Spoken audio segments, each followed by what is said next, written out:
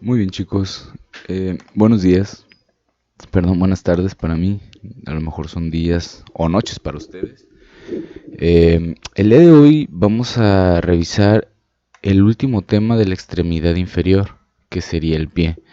Esta es la parte más distal y bueno, vamos a abordarla porque es una parte muy importante en cuanto a movilidad y en cuanto a funcionamiento del aparato locomotor. Sin el pie no tendríamos ciertas funciones o movilidades y esto se traduce a una falta de calidad en el sistema de salud. Entonces, bueno, en el cuerpo, pues en el sistema homeostático, que ahora con la tecnología y con las nuevas prótesis de muchos tipos, desde plástico hasta de madera hasta las que son biomecánicas como esta que tiene una tecnología especializada, pues son sustitutos, ¿no? De la movilidad porque es muy necesaria. Entonces vamos para allá. Primero vamos a revisar la situación del pie. El pie es el extremo distal y terminal de la extremidad inferior. Recuerden que vamos a considerar el corazón o la parte media del organismo hacia el tronco como lo más central. Y lo que se aleje de este es lo más distal. Por ejemplo, la cabeza es distal, la parte más distal superior, la parte más distal inferior sería el pie. Ahora, morfológicamente hablando, en cuestión de su forma, el pie se va a extender desde debajo del tobillo y pues va a terminar en lo que son los dedos del pie. Fíjense aquí esto es lo del malleolo externo, que es gracias a los huesos tibia y peroné, los dos malleolos. Y bueno, aquí está el calcáneo y el astrágalo, que son los que forman ya la parte de lo que sería el pie. Ahora, el pie es muy interesante y tiene características esenciales muy importantes que nos diferencian el resto de los animales, bueno, de algunos. Por ejemplo, tenemos el tigre, que los tigres o los felinos caminan en cuatro patas, cuadrúpedos, y luego tenemos a algunos que hacen doble función, por ejemplo, el oso. El oso normalmente es cuadrípedo, perdón, y normalmente se para, es bípedo en cuestiones para amenazar o para alcanzar ciertos objetos, pero usualmente su caminada no es bípeda, siempre es cuadrípeda, ¿no? Entonces, tenemos nosotros en el humano la característica de que nosotros podemos utilizar las dos y podemos básicamente rápidamente utilizar cuadrípedo y normalmente usamos la forma bípeda, pero nosotros pues esencialmente somos bípedos y eso tiene que ver también con la alineación de los huesos. Si nosotros nos fijamos entre el húmero, radio y cúbito y bueno, ya lo que serían los carpales, metacarpales y las falanges de diferentes animales, por ejemplo está el unguligrado, que serían por ejemplo como los caballos, las cebras, todos estos animales que tienen pezuñas.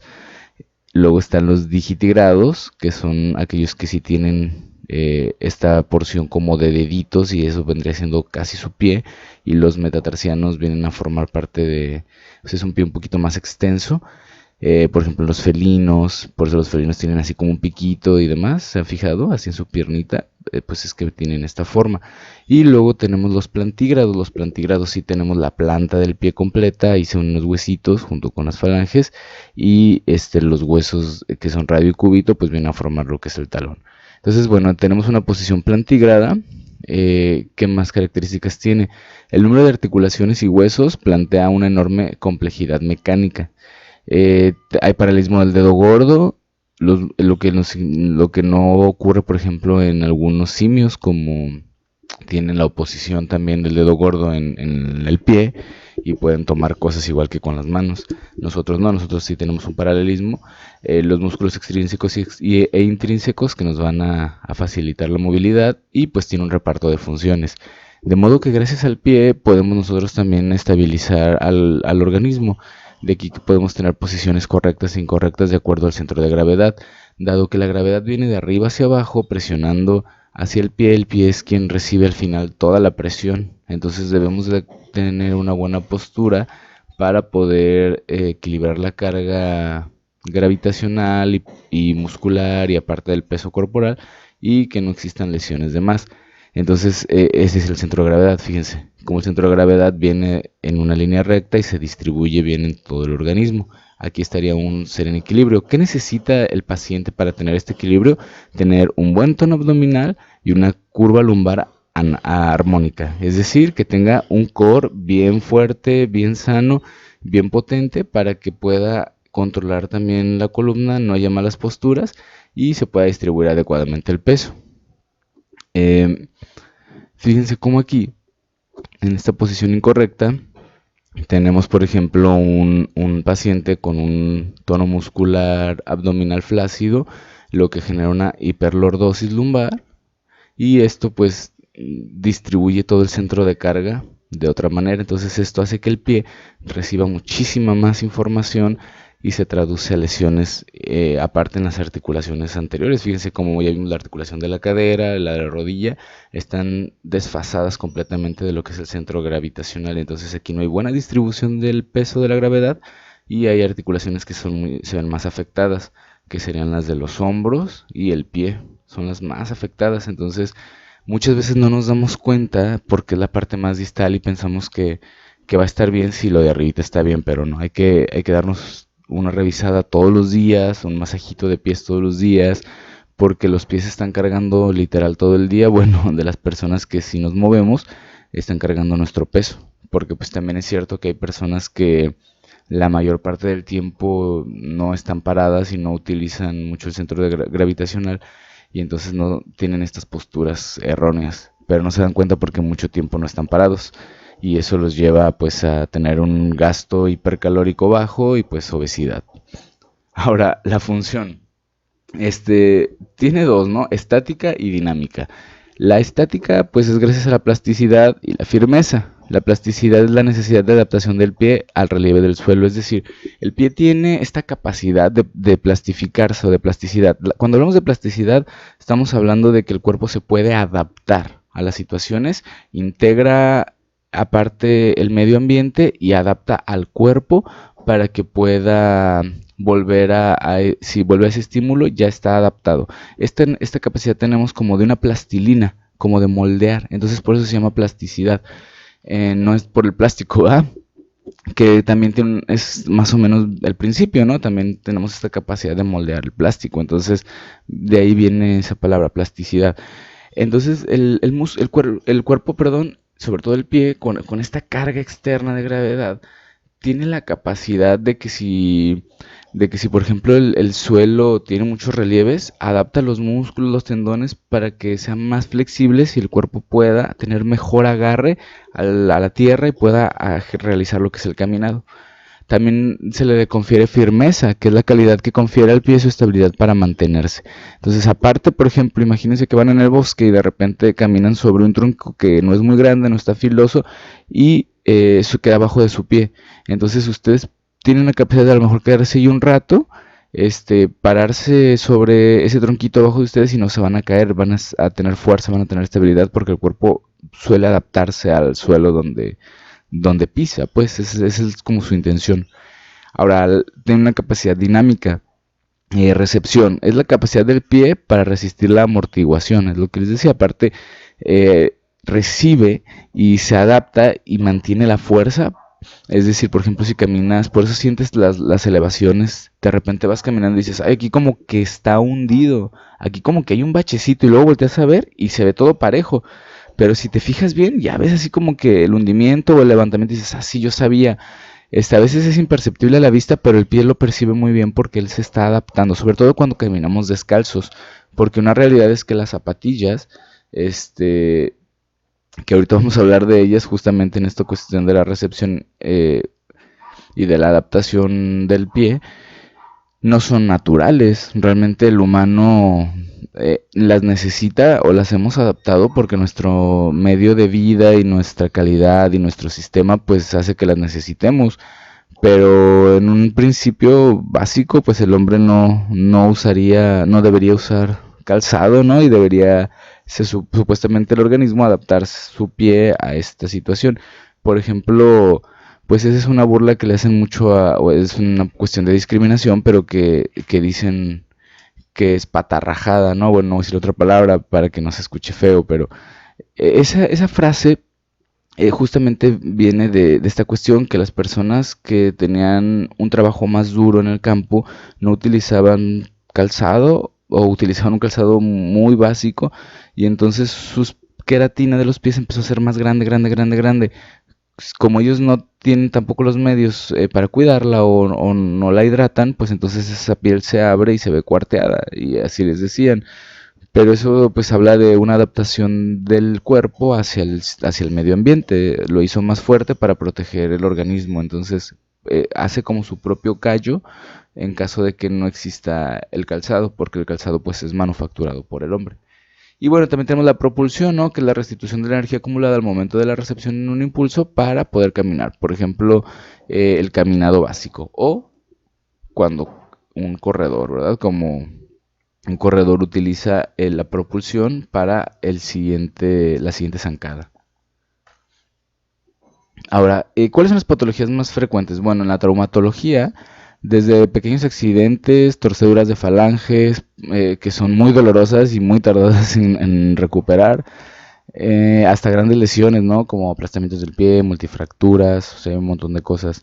En reumatología, pues son lesiones degenerativas, normalmente relacionadas con desgaste u otras consecuencias postraumáticas, o reumatoides o metabólicas, por ejemplo, el pie diabético, que aquí es una cuestión de que los pacientes cuando tienen diabetes y tienen hiperglucemias, no se fijan, no bajan sus glucosas, entonces tiene una fragilidad capilar y lo que pasa es que el nervio se desmieliniza y como quien dice el cuerpo lo mata, la glucosa lo va matando, va dejando de hacer sensible la zona y los pacientes suelen cortarse o golpearse o lesionarse y esa lesión se infecta y el paciente no se da cuenta hasta que pues ya está infectado hasta el hueso y hay que cortar el pie. Entonces, hasta ahí se valora que hay que revisarse los pies, ¿no? Pero siempre se le dice al paciente, lo que pasa es que muchas veces los pacientes no tienen pues la costumbre de hacerlo.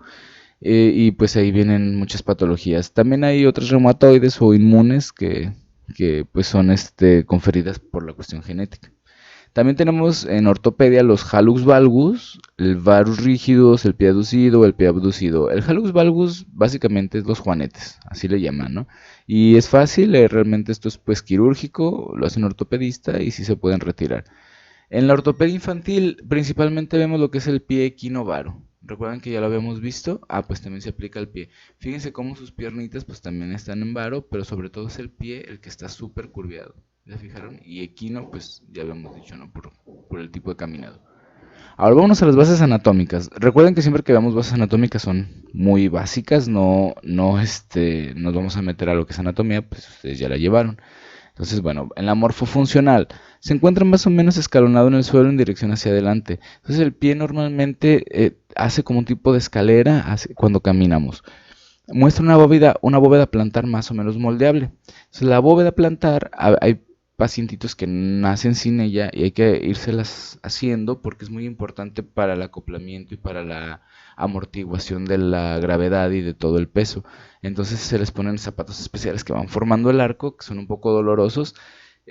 Ahora ya hay otros métodos que son mucho menos invasivos, pero también pues básicamente es formar el arco y a veces duele un poquito, pero si hacen sus ejercicios constantemente generan flexibilidad y aquí es donde ustedes nos ayudan, dejándole a los niños con estas patologías más ejercicios diariamente para que y con a lo mejor más flexibilidad ellos vayan sintiendo menos dolor, se vayan acostumbrando más al caminado y generen más rápido el arco. Ahora, el relieve del pie también muestra un plano óseo subcutáneo en dorsal y un volumen muscular en su cara plantar. El calzado debe tomarse en cuenta. ¿Por qué? Precisamente porque el pie se adapta. Ya habíamos dicho, ¿no? Que tiene esta cuestión de adaptación. Entonces, recuerden que cuando usamos calzado, el calzado genera presión. Hay presión aquí, hay presión acá, hay presión acá, hay presión acá. Entonces, esto poco a poco va deformando la calidad de la articulación y la calidad muscular y el cuerpo la va adaptando para que sea más funcional para el paciente. Entonces, fíjense cómo un paciente que ha utilizado tacones mucho tiene un arco muy, muy, muy, muy prolongado en el cual ya el músculo ha adaptado fuerza aquí en el tendón, en las inserciones y en los orígenes, para poder soportar esta postura, porque es un uso común, constante y una presión constante.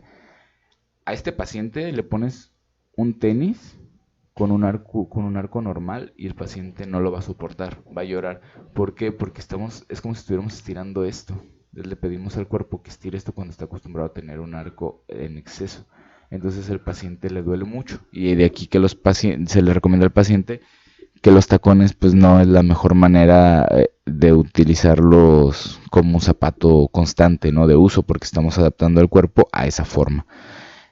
De aquí que muchas chavas por eso usan tacones y después, ¿sabes que yo no puedo usar zapato normal, puro tacón? ¿Y cómo van a hacer ejercicio?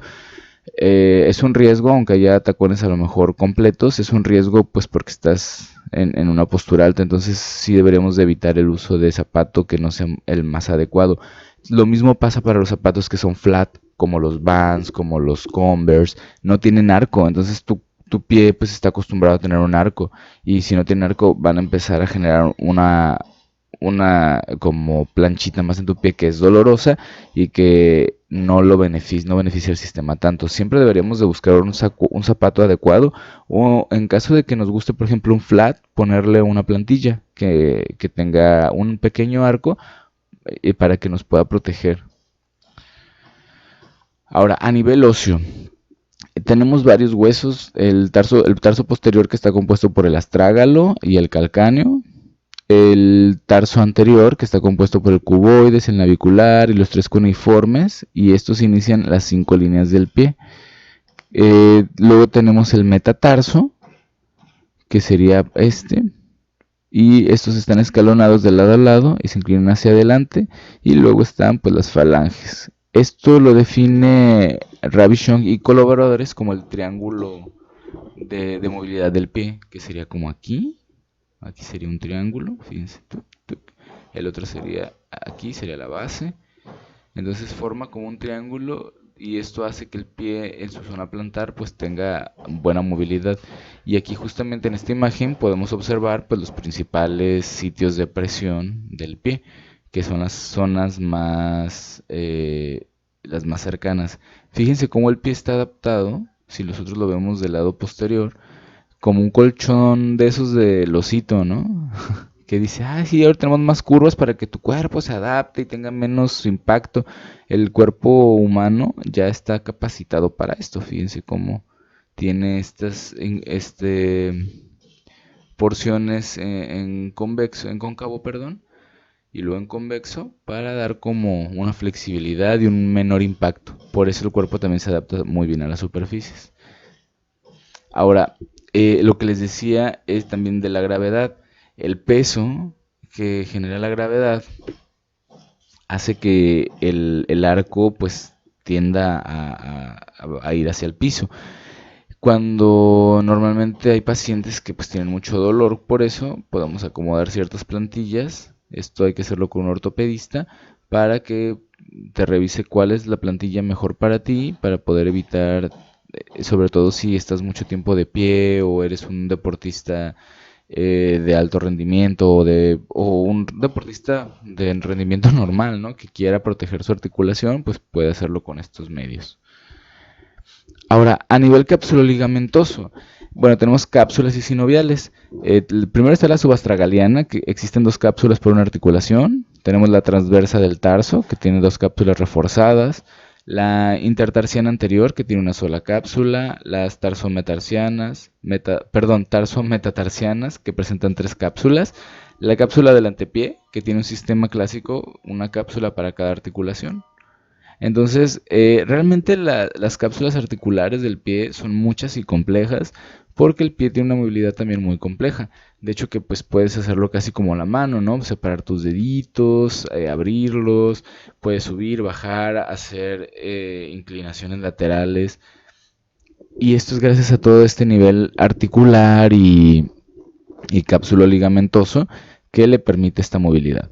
Ahora, recuerden, siempre les digo, ¿no? Que los ligamentos tienen muchísimo poca vascularización. Lo dije al revés, tienen muy poca vascularización. O sea, tardan mucho en vascularizarse. Entonces, casi no tienen terminales sanguíneas. Por lo que las lesiones de los tendones, de los ligamentos, son muy dolorosas y muy tardadas de curar. Por ejemplo, tenemos aquí lo que son el ligamento plantar y la aponeurosis plantar, que estas siempre se lesionan y son las que dan tendinitis plantares, tardan hasta un mes en recuperarse del dolor. A mí ya me dio una y sí, sí duele bastante, es como si todo el tiempo quisieras tener el pie súper contraído, casi en posición fetal, lo quisieras tener y no lo quieres estirar para nada, duele todo el tiempo, no se quita el dolor y solo va disminuyendo. En un mes se termina el dolor, aún con medicamentos, en un mes se termina el dolor con fisioterapia y pues es cuestión nada más de hacer más ejercicio para tenerlos más fuertes, más potentes, más elásticos y generar menos lesión articular. Ahora, el sistema ligamentoso original en particular comprende la articulación subastragaliana, el sistema dorsal de la articulación del tarso, el sistema interóseo y el plantar. Y justamente lo que les decía, miren, ahí tenemos nosotros la fascia plantar y tenemos normalmente el pain area, que sería el área de dolor comúnmente en las tendinitis, ¿no? A mí me dio una tendinitis de todo esto. Entonces, imagínate hacer esto, estás estirando y duele horrible, es un dolor insoportable de verdad, desde que no puedes caminar. Y dura un mes, va disminuyendo. ¿Cómo lo podemos curar? Con movimientos, con, ya saben, fisioterapia, agüita caliente, con sal de grano, un poco de manzanilla y que meta su piecito durante unos 15, 20 minutos para que desinflame el tendón. Antiinflamatorios orales, pues eso se los tiene que recomendar el médico. Y si acaso un pequeño fisioterapia o masaje ya después de los primeros días, porque realmente es bastante doloroso y la presión media a ligera genera dolor. Ahora, a nivel muscular tenemos un montón de músculos. La verdad es que entrar en este tema sí es como pues de anatomía totalmente, pero pues si recuerdan su anatomía tenemos un montón, plantares, incluyendo incluso los de tibia, ¿no? Y peroné vienen a insertarse por acá. Y bueno, vamos a ver, hay dos tipos, los que son extrínsecos e intrínsecos. Los intrínsecos, que serían el extensor corto de los dedos, todos los plantares, son músculos cortos. Y la función de estos normalmente es gestionar el equilibrio intrínseco del pie y desempeñan una función más estática que dinámica de los armazones del pie. Entonces, gracias a los músculos intrínsecos es que tenemos esas capacidades de adaptación que permanecen constantes. Por ejemplo, cuando tú te paras en un pie, te fijas que normalmente lo puedes hacer y a veces lo haces y te sale de una, porque el pie ya está adaptado normalmente sobre tu lado que es más dominante, pero lo haces sobre el otro pie y uy, como que te desequilibras un poquito, te tienes que esperar más, tienes que volver a poner el pie, como que adaptarlo, y ya que lo sientes bien fuerte, entonces ahora sí te paras en un pie. Eso tiene que ver justamente con los músculos intrínsecos que se adaptan justamente a la situación que tú le estés pidiendo. También tenemos a los músculos extrínsecos, que estos pues proceden de la pierna y son músculos largos, los tres grupos del tobillo. Su función es más dinámica que estática, pero también participan en el equilibrio en relación con el aplomo del segmento de la pierna suprayacente. Entonces, gracias a los extrínsecos es que se puede mover mejor el pie, hay muchísima más movilidad funcional.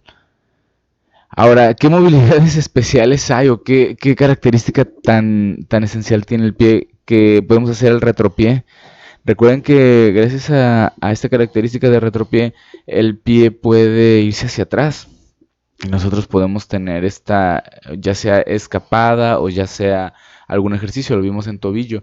Entonces el pie viene a formar la parte final del caminado hacia atrás, que también es una parte fundamental del humano.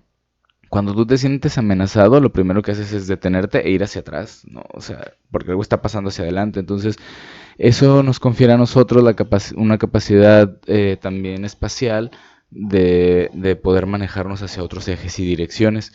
Y esto pues lo traduce el pie. Y esto es gracias a que tiene una forma tridimensional que puede usar como si fuera la manivela de un barco para mover la vela hacia donde se quiera manejar.